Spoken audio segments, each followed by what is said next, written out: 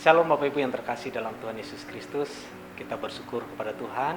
Hari ini kita bertemu kembali di dalam program Sapa Senja. Hari ini kita akan belajar satu kebenaran firman Tuhan dengan tema 3 tahap orang melakukan dosa.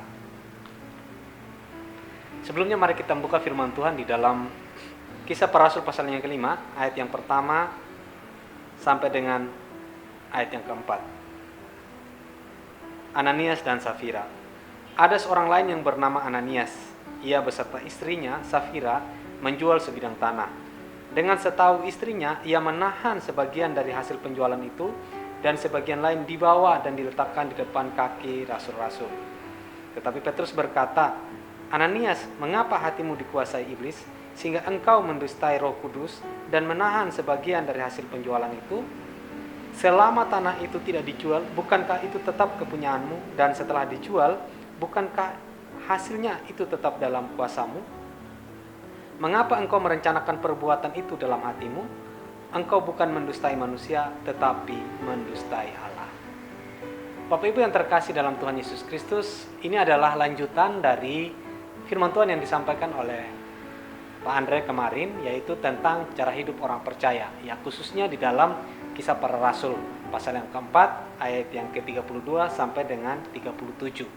Jemaat mula-mula yang bertobat dan memberi diri dibaptis, lalu kemudian menjual harta miliknya, lalu sebagian hasilnya itu diletakkan di kaki rasul-rasul, lalu kemudian para rasul mendoakan dan kemudian dibagikan kepada jemaat yang berkekurangan. Dengan cara demikianlah mereka saling tolong-menolong antara yang berkelimpahan dan juga di antara mereka yang berkekurangan. Nah, di dalam kegiatan itu ada satu sepasang suami istri yang juga menjual sebagian dari tanahnya, yaitu Ananias dan Safira. Lalu kemudian seperti yang kita baca tadi, ternyata hasil penjualan itu tidak diberikan secara penuh kepada para rasul, melainkan sebagian ditahan. Gitu. Oleh karena itu, di ayat yang ketiga, Petrus berkata, Ananias, mengapa hatimu dikuasai iblis sehingga engkau mendustai Roh Kudus dan menahan sebagian dari hasil penjualan tanah itu? Dari ayat yang kita baca ini kita menemukan ada 3 tahapan ketika seseorang itu berbuat dosa. Tahapan yang pertama adalah Ananias, mengapa hatimu dikuasai iblis? Ya. Jadi tahapan pertama ketika seseorang melakukan dosa adalah hatinya dikuasai oleh iblis. Peranan hati seorang manusia di sini sangat penting karena dari dalam hatilah muncul segala macam keinginan ataupun segala macam pikiran-pikiran untuk berbuat jahat, dan hal ini dipakai oleh iblis untuk membuat seseorang menjadi seorang yang berdosa, gitu ya. Nah, kalau kita lihat di sini dikatakan mengapa hatimu dikuasai oleh iblis, ya. Jadi Ananias membuka hatinya bukan untuk Tuhan, tetapi membuka hatinya untuk dipakai oleh iblis, sehingga hatinya itu dikuasai oleh iblis. Di dalam Amsal pasal 4 ayat 23 di sana mengatakan, jagalah hatimu dengan segala kewaspadaan, karena dari situlah terpancar kehidupan. Jadi kehidupan orang percaya itu terpancar dari hatinya. Ketika hatinya dikuasai oleh yang jahat, maka itu akan mengakibatkan semua kehidupannya itu dikuasai oleh si jahat. Jadi tugas utama kita sebagai orang percaya adalah bagaimana kita menjaga hati kita agar tidak dikuasai oleh iblis. Seperti yang dialami oleh Ananias dan juga Safira di dalam Kisah Para Rasul pasal yang kelima ini.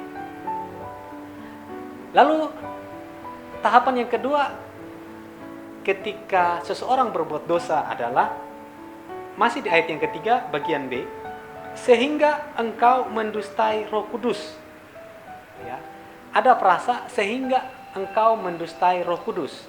Jadi ketika hati Ananias dikuasai oleh iblis, maka otomatis dia akan mendustai Roh Kudus. Karena ketika ditanya oleh Rasul Petrus bilang bahwa dia bukan hanya mendustai manusia, tetapi dia juga mendustai Allah. Ini berbahaya, ya. Kalau hati kita sudah dikuasai oleh iblis, maka kita memiliki kans yang besar untuk mendustai Tuhan. Mengapa dia bisa mendustai Allah? Karena ketika hatinya dikuasai oleh iblis, maka otomatis dia akan menjadi anak si pendusta. Karena kita tahu bapa pendusta adalah iblis, ya.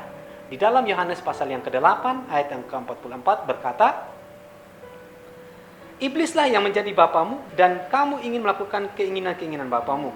Ia adalah pembunuh manusia sejak semula dan tidak hidup dalam kebenaran, sebab di dalam dia tidak ada kebenaran.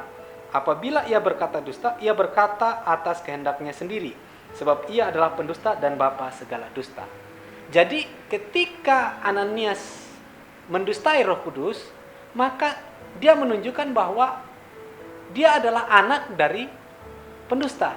Dia tidak menjadikan Tuhan sebagai bapanya, melainkan menjadikan iblis sebagai bapanya. Dan otomatis ketika bapanya ini adalah pendusta, maka Ananias pun menjadi seorang pendusta. Jadi karakter apa yang ada pada iblis otomatis akan tumbuh dan hidup di dalam karakter seorang Ananias. Jadi ini pelajaran berharga buat kita supaya kita tidak menjadikan iblis sebagai Tuhan atas hidup kita, sebagai Bapa atas hidup kita, tetapi kita menjadikan Tuhan Yesus sebagai satu-satunya Bapa kita, sebagai satu-satunya Tuhan kita. Maka perkataan-perkataan yang keluar dari mulut kita adalah perkataan-perkataan yang memberkati, perkataan-perkataan yang menjadi berkat, perkataan-perkataan yang memberikan semangat kepada orang, ya, dan yang pasti tidak mendustai siapapun. Itu tahapan yang kedua. Lalu tahapan yang ketiga, masih di ayat yang ketiga, di sana dikatakan, dan menahan sebagian dari hasil penjualan tanah itu. Jadi tahapan ketiga ketika seseorang melakukan dosa adalah melakukan tindakan dosa. Ya. Ketika iblis menguasai hati Ananias, lalu kemudian menjadi seorang pendusta, maka berakibat kepada tindakan seorang Ananias.